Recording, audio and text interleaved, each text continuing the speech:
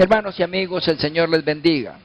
Llegamos al capítulo 4 del Evangelio de San Juan.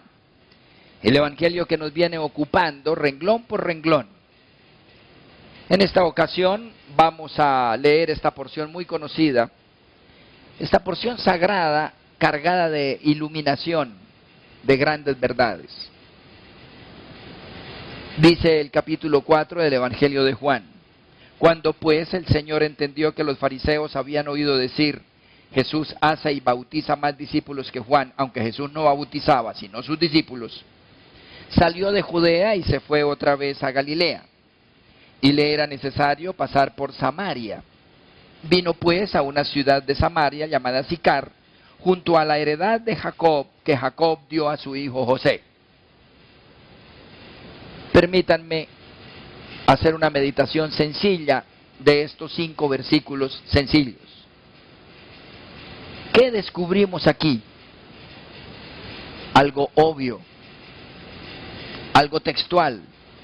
Se trata de una anécdota, de un hecho histórico, de un acontecer vivencial real. El cristianismo es histórico, es científico. El cristianismo se levantó en medio del Imperio Romano a partir de la existencia de un personaje muy especial, de un personaje divino, Yahshua, Jesús. Yah de Yahweh, Ashua de salvación en hebreo. El mismo Yahweh, el mismo Jehová viniendo a salvarnos. Pero tan divino como Dios Padre y tan humano como tú y yo. Por ello, Dios tenía que entrar en la historia, en nuestra historia.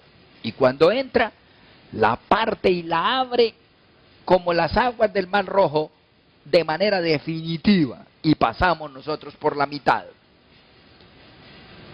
Es un personaje histórico, no un lavado cerebral ni una psicosis.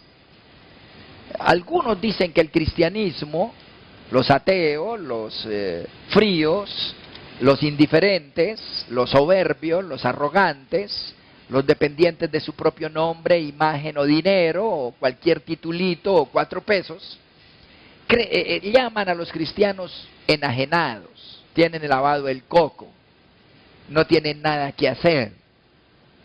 Pero sabemos, por la simple historia y por la eterna palabra de Dios, que Jesucristo es histórico.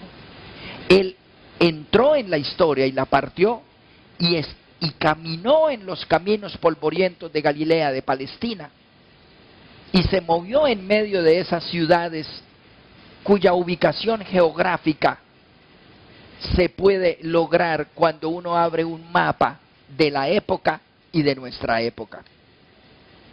Y empieza allí el relato diciendo que Jesús sale de Galilea, de Judea, la parte de abajo de Israel, cuya capital prácticamente es Jerusalén, arriba del Mar Muerto, y sube por la orilla del Jordán hacia Galilea, arriba donde nace el Jordán y forma el mar de Galilea.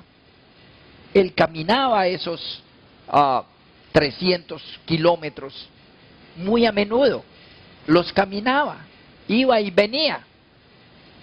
Y allí Jesús pasa por una ciudad llamada Samaria, que todavía existe.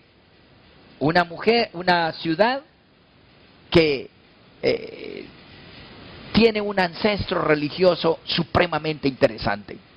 A algunos les da miedo hablar de Jesús porque creen que no tienen, hablan de algo incierto, pero tenemos que hablar de Jesús porque, repito, es una realidad, una experiencia vivencial, un poder que nosotros experimentamos entre pecho y espalda y una historia y una trayectoria registrada por todas las enciclopedias, los historiadores de la época y por la misma enciclopedia británica que le dedica casi 30.000 palabras a Jesús.